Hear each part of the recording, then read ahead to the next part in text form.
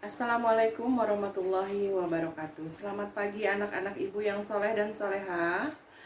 Pada hari ini ibu akan memberikan materi fikih puasa. Perkenalkan, nama ibu Tita Triana Vista. Bagaimana puasanya hari ini? Masih pada semangat ya? Bismillahirrahmanirrahim. Kita mulai saja materinya ya. Tentang fikih puasa. Apa arti puasa itu? Puasa secara bahasa berarti menahan. Menurut istilah syara, berarti menahan diri dari suatu perkara yang membatalkan puasa, mulai terbit fajar sampai terbenam matahari dengan niat waktu tertentu. Dasar wajib puasa, kita sudah mengetahui di surat Al-Baqarah ayat 183 yang artinya Bismillahirrahmanirrahim. Hai orang-orang yang beriman, diwajibkan atas kalian berpuasa sebagaimana diwajibkan atas orang-orang sebelum kalian agar kalian bertakwa. Hikmah puasa antara lain menahan hawa nafsu, mengurangi syahwat, memberikan pelajaran bagi orang kaya untuk merasakan lapar sehingga menumbuhkan rasa kasih sayang kepada fakir miskin dan menjaga dari perbuatan maksiat. Selanjutnya, syarat sah puasa. Ada berapa syarat sah puasa itu? Syarat sah puasa ada 4. Yang pertama Islam, yang kedua berakal, yang ketiga untuk wanita bersih dari haid atau nifas, yang keempat mengetahui waktu diperbolehkan untuk puasa. Tidak sah puasa bagi orang kafir, orang gila walaupun sebentar, perempuan haid atau nifas, dan puasa pada waktu yang diharamkan berpuasa, seperti hari raya atau hari tasyrik.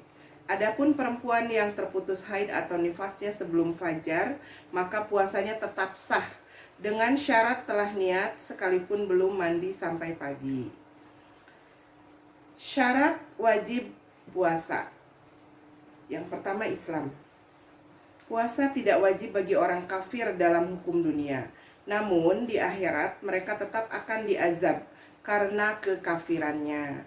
Adapun orang murtad, maka wajib baginya mengqadha apabila ia kembali masuk Islam.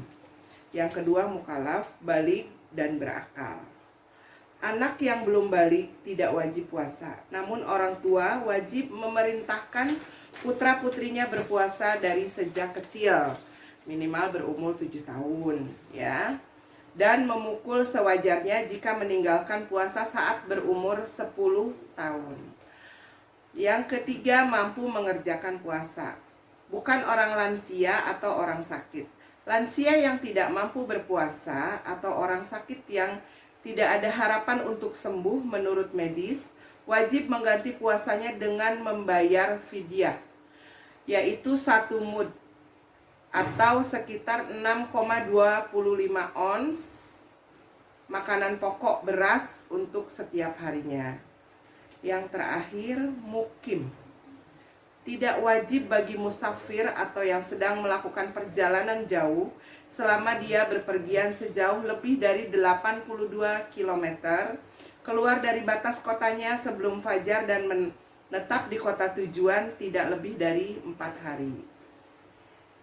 Selanjutnya rukun-rukun puasa. Yang pertama niat.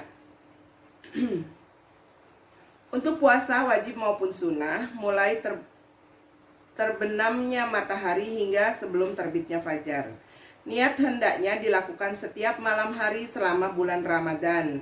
Niat atau rukun dilakukan di dalam hati. Tanpa niat di dalam hati puasanya tidak sah. Adapun mengucapkan atau talafud adalah sunnah. Menghindari perkara yang membatalkan puasa, kecuali jika lupa atau dipaksa atau karena kebodohan yang ditolerir oleh syariat. Zahil ma'zur. Zahil ma'zur atau kebodohan yang ditolerir syariat ada 2, yaitu yang pertama hidup jauh dari ulama, yang kedua orang yang baru masuk Islam. Hal-hal yang membatalkan puasa. Hal-hal yang membatalkan puasa itu ada 8. Yang pertama, Masuknya sesuatu ke dalam rongga terbuka yang tembus ke dalam tubuh seperti mulut, hidung, telinga, dan 2 lubang, kubul dan dubur. Dengan disengaja. Mengetahui keharamannya dan atas kehendak sendiri. Maksudnya sadar ya dia melakukannya. Namun jika dalam keadaan lupa, tidak mengetahui keharamannya karena bodoh yang ditolerir tadi, yang Ibu sebutkan tadi, atau karena dipaksa, maka puasanya tetap sah. Yang kedua, murtad, yakni keluar dari Islam. Baik dengan niat dalam hati, perkataan, perbuatan, walaupun perbuatan murtad tersebut sekejap saja. Yang ketiga, haid, nifas, dan melahirkan sekalipun sebentar. Yang keempat, gila meski sebentar. Yang kelima, pingsan dan mabuk tidak disengaja, ya. Sehari penuh, jika masih ada kesadaran sekalipun sebentar, puasanya tetap sah. Yang keenam, bersetubuh dengan sengaja dan mengetahui keharamannya. Yang ketujuh, mengeluarkan mani baik dengan tangan atau tangan istrinya, atau dengan berhayal, atau dengan melihat. Jika dengan berhayal dan melihat itu, dia tahu kalau akan mengeluarkan mani. Atau dengan tidur berdampingan bersama istrinya. Jika mani keluar dengan salah satu sebab di atas, maka puasanya batal. Yang terakhir, yang kedelapan, yaitu muntah dengan disengaja. Berbagai konsekuensi bagi orang yang tidak berpuasa atau membatalkan puasa Ramadan.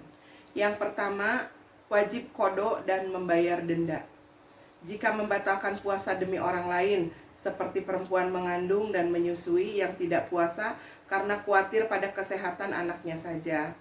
Mengakhirkan qadha puasanya hingga datang Ramadan lagi tanpa ada uzur. Wajib qadha tanpa denda.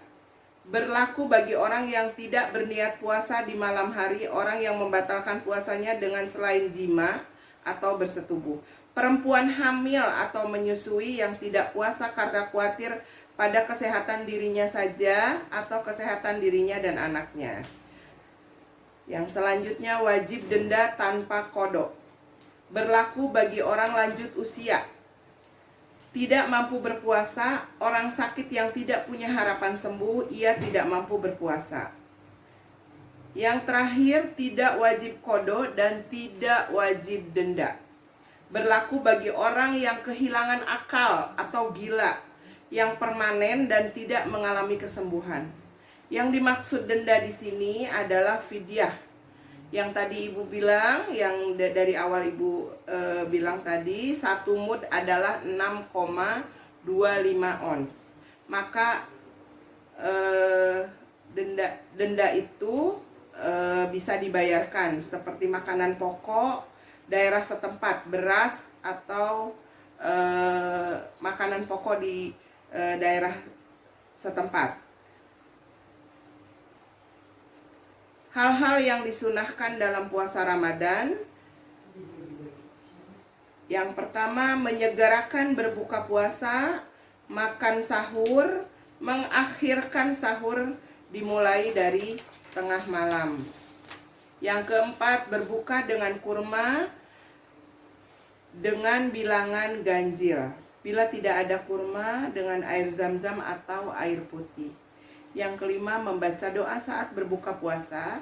Yang keenam, memberi makanan berbuka pada orang yang berpuasa. Yang ketujuh, mandi janabat sebelum terbitnya fajar bagi orang yang junub di malam hari. Yang kedelapan, mandi setiap malam di bulan Ramadan. Yang kesembilan, menekuni sholat tarawih dan witir. Yang ke-10, memperbanyak bacaan Al-Quran dengan tadabur. Yang ke-11, memperbanyak amalan sunnah dan amal soleh. Yang ke-12, meninggalkan caci maki. Yang ke-13, berusaha makan dari yang halal. Yang ke-14, bersungguh-sungguh di 10 hari terakhir. Selanjutnya adalah hal-hal yang dimakruhkan dalam puasa Ramadan. Yang pertama, mencicipi makanan. Yang kedua bekam, karena bekam itu mengeluarkan darah.